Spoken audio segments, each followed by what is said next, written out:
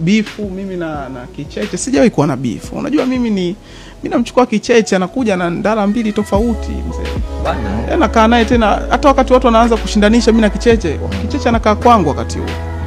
Na hata ukiangalia watu wanashindanisha Kicheche wakati huo Kicheche clip nyingi zimeshutiwa kwenye channel yangu.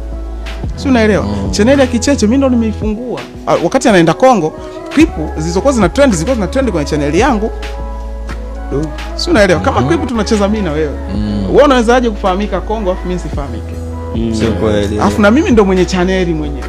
Si unaelewa? Kwa hiyo alivyoenda ile yani pale ndo ikawa akaibeba kama bifu, lakini sidhani kama naweza kushindana naye kwa chochote. Na hii waga inaniumiza sana. Kuna muda mimi na shoot kutumia LED na Black Magic.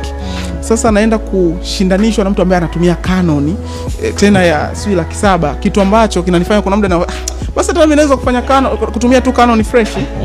Kwa sababu wewe unaweka hela alafu mwenzako haweki hela na bado mnashindanishwa.